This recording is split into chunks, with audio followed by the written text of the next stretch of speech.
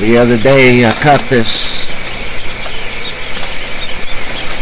as the main body of the cloud drifted from the west towards the southwest, headed towards Austin and San Antonio. It's leaving behind a dusting of something. Heavier particles? Who knows? Why it would do this is nothing to do with meteorology. It's a chemical question, meaning that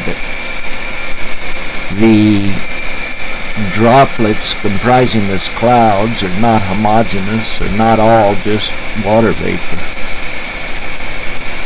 A few days earlier,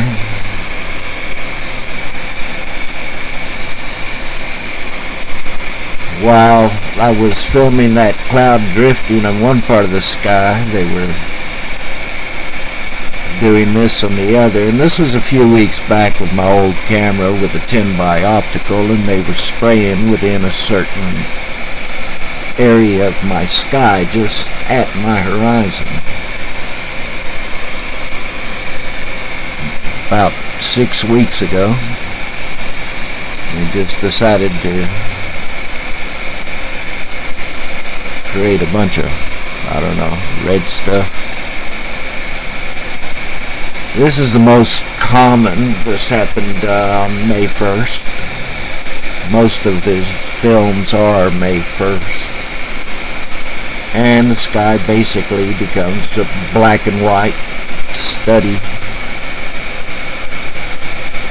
Occasionally you see little glimmers of red or brown. During the day, you get these dispersal patterns showing up. Like I mentioned earlier, halfway between where they spray and where the stuff drops down. These black clouds show the fallacy of what's happening. I'll get back to that in a minute. During the day, I can get pictures of this kind of stuff all day long, where the previously sprayed trails have begun their dispersal patterns, and towards evening they begin to turn brown and black. Not so much from lack of light as you can see there's some white still showing, and up above they've been busy spraying new chemtrails, but now that I've got a new camera, they are spraying much further away.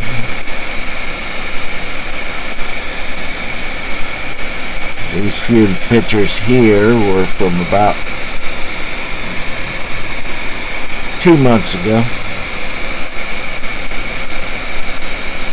They start out like this, but then as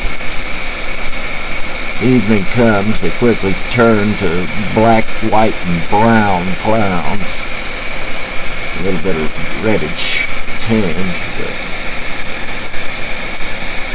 brown clouds are new in my lifetime.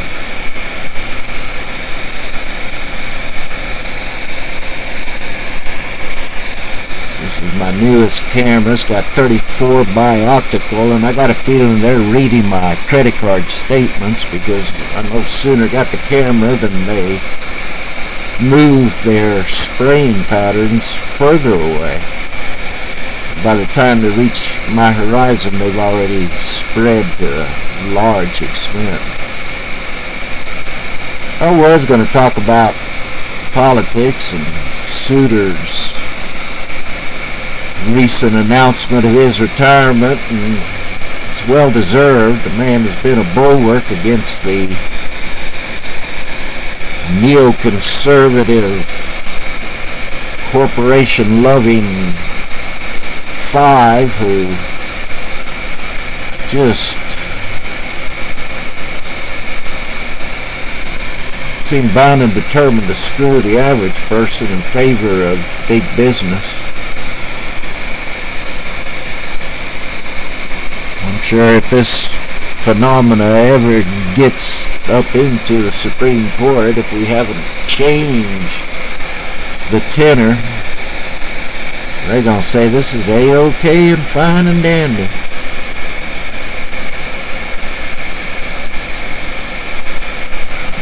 For me, since I can't evaluate the chemicals, what strikes me is the interactions between the different directions that the sprays are laid affect the end result. I mean,